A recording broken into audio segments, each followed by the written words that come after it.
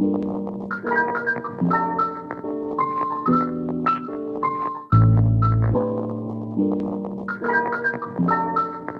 a day off yesterday from vlogging and really kind of just caught up on work. We had a day off in Olderfjord and it was just fantastic to kind of have that day to recover and chill. Unfortunately, we didn't just recover and chill, we had a big night last night. And then it was like 6 in the morning when we left this morning, so everybody got like 15 minutes of sleep. We jumped on the coach, which is that way now, and setting up breakfast. And we're now no longer in Norway. As you can tell by the crazy language on this sign, we're in Finland. Finland, baby!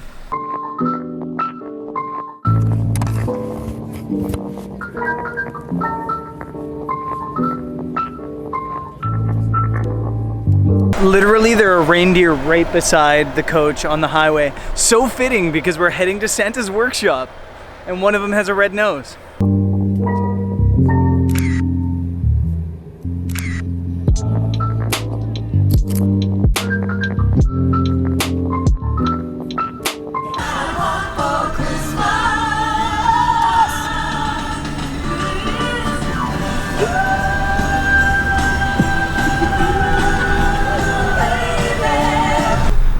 Just made it to the #1 tourist attraction in all of Finland, and it's not Helsinki, it's not some coast, it's not some mountain, it's not some forest, it's Santa's workshop. And so I'm gonna go see if I can see the old fella.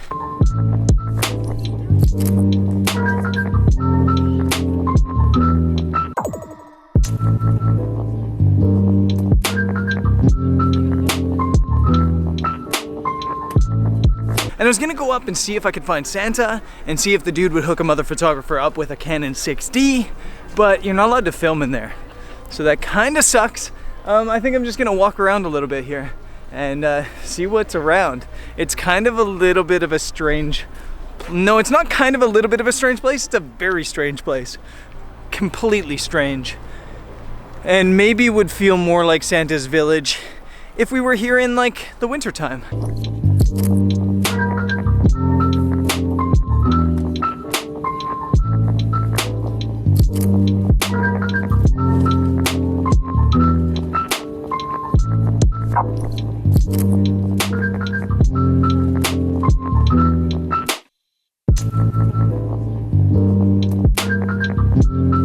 Honestly, this is such a strange place and kind of a little bit, no, very, very, very cliche. I just noticed something though. I'm crossing the Arctic Circle again, so I guess I'm done in the Arctic Circle. Heading south now through Finland, and I guess hopefully it gets warmer and hopefully the clouds break up a little bit here. We've got like maybe another 20 minutes drive, and I don't think I don't think the weather's gonna cooperate for a sunset photo shoot or anything like that, but we'll see what happens.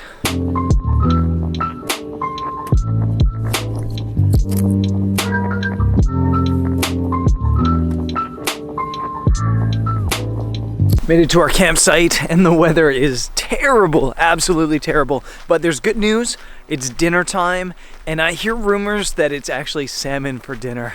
Salmon. Oh my God, I'm so excited for this. And actually the food on this TopDeck trip has just been like unreal. Considering like we're basically camping everywhere. Yeah, the food has just been on point. So I'm excited to eat and I'm starving.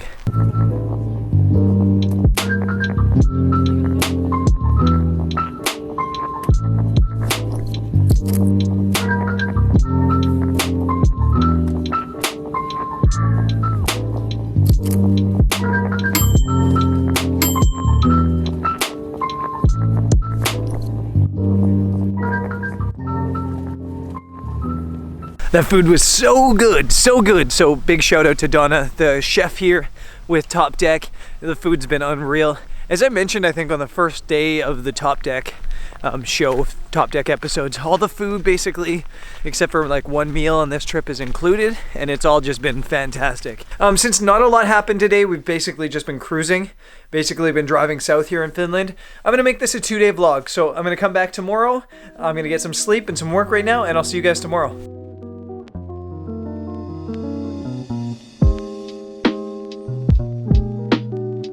Tomorrow, and the weather is Les Miserables right now here in Finland. Another drive day, another long drive day as we make the push towards Helsinki.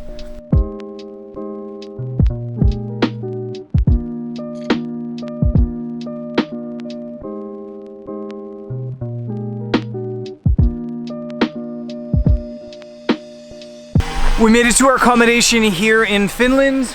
That is where we're staying. I'm not even gonna attempt to pronounce it. Finnish, according to most linguists, is the most difficult language in the world to learn. It's incredibly difficult. We've spent like 2 days now just driving across Finland, because it turns out if you go to the northernmost part of Europe, you gotta also come down. And yeah, it's just been a long bit of driving, and the weather's been just terrible. But it was beautiful, and Finland does look beautiful. It actually kind of reminds me of central Alberta, where I'm from, with all the forest and trees and lakes and everything. So the rest of the group has gone in to the city to have a bit of a night out. I'm wandering out just because I was super stir crazy just from being in the bus for 2 days. And the weather's terrible still, as you can see, although it's not raining, and I'm probably not gonna photograph anything. But I brought the gear just in case. I might photograph something. I might fly the drone. I'm definitely gonna take in a bit of one of my traditions, my annual traditions. So let's go for a bit of a wander.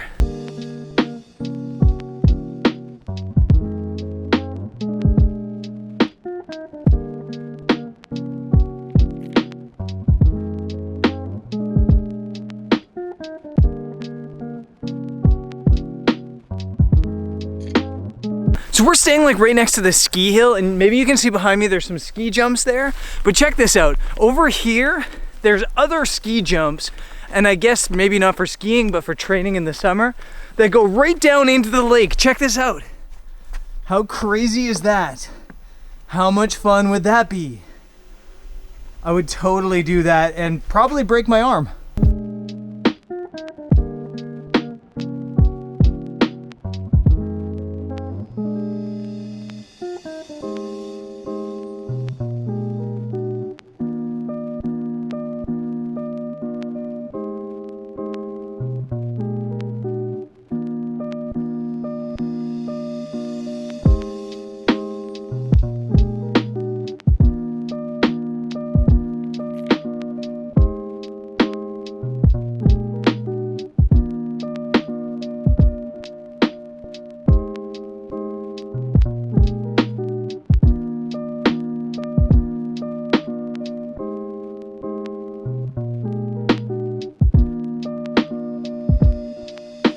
It was looking like such a bland sky, and then as soon as I put Fido up above the trees, the sky just like exploded. And unfortunately, the sensor's still blown on Fido, and I won't be able to get it fixed pretty quick, so I kind of didn't get these incredible shots of the sunset. There's like the lines in it, but it still looks beautiful. You guys get it. So cool. And since I'm here and since the light's amazing, I'm busting out the camera gear, and I'm gonna take some photos of this spot.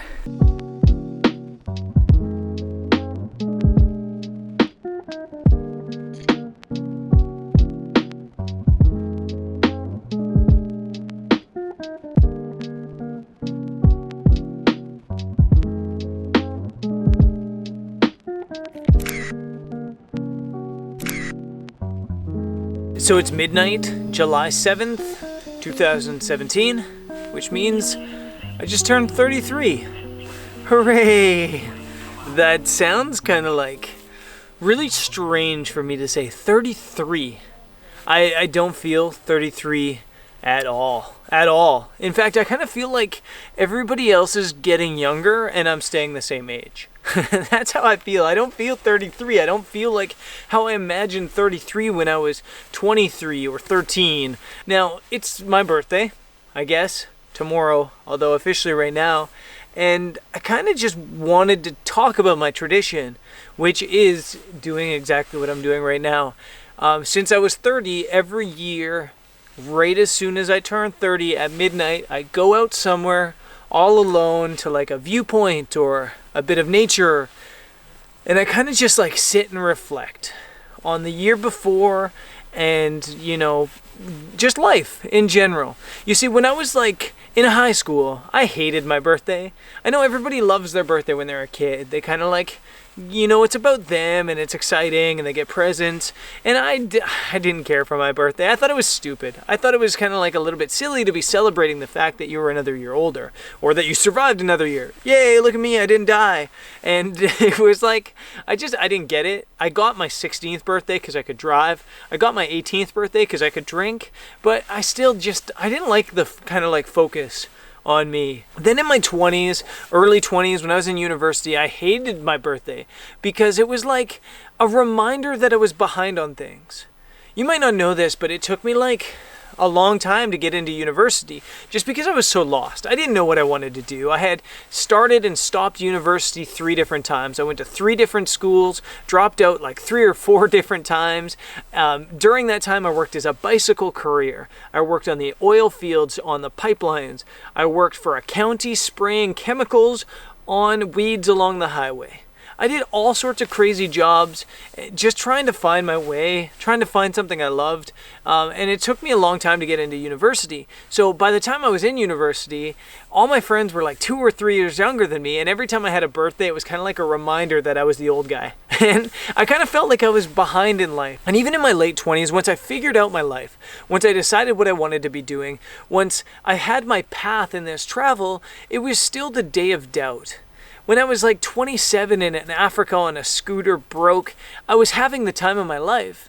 But I was also having these doubts like, what am I doing with my life? Here I am alone in the Congo with a scooter named Anne Murray, no money in my bank account, no like stable job, nothing figured out. And it was my birthday that was always like that reminder that I wasn't where life tells you should be or where society tells you should be. And that was always scary for me. And so my birthdays were never like a really hooray moment. And then 30 happened, and 30 was scary for me. It really kind of was like, I didn't feel 30 like I don't feel 33, but it's like this big round number, and it's like a little bit overwhelming. And again, I was in this place in my career finally at age 30 where I was starting to get a little bit more financially stable and a little bit more established, and I wasn't living as much paycheck to paycheck, but I was still having like these doubts. And then I can't remember where I was, and then it was like almost midnight, and I was like, this another birthday's coming up, I'm gonna have to endure all these Facebook messages from people congratulating me on surviving another year. And I just like walked out into the woods and just like sat under a tree and reflected. And it was at that time I decided I wasn't going to make the birthdays about me. That had been the problem all along. I was focusing on me. And I wanted to like instead use birthdays as a moment to reflect on all the things I'm thankful for and all the people I'm thankful for and all the people I'm grateful for.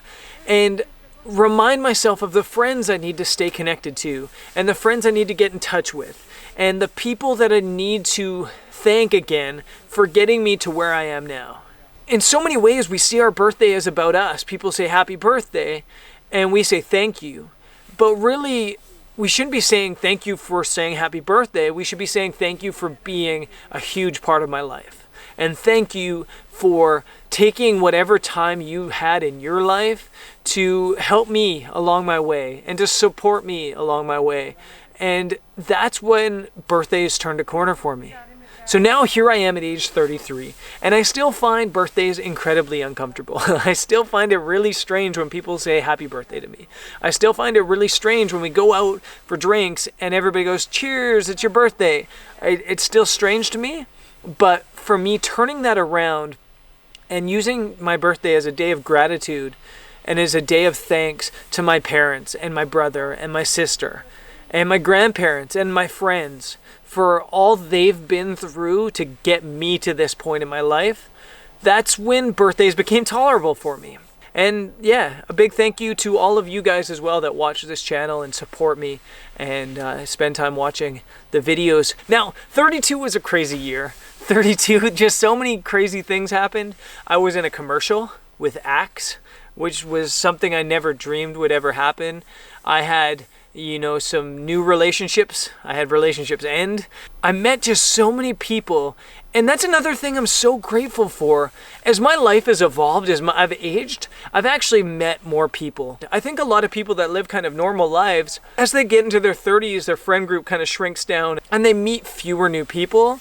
In my 30s, I've just met some of the most incredible people, talented people, creative people, interesting people, and I'm so grateful for that. So I'm super excited for what age 33 brings. I'm excited for the new people I'm going to meet at age 33, and I'm appreciative of all the support that I'm going to get during my age 33 as well. And I hope that I can also be supportive to the people that I care about as well too. So that's my spiel from the birthday talk. It's my birthday. I'm 33. Tomorrow I'm going to celebrate in Helsinki, and even if I find it uncomfortable, I'm going to enjoy it. So I guess that's it. Bit of a serious talk at the end of the day today, and I will see you guys on tomorrow's episode here from Finland. I'll see you there. Peace.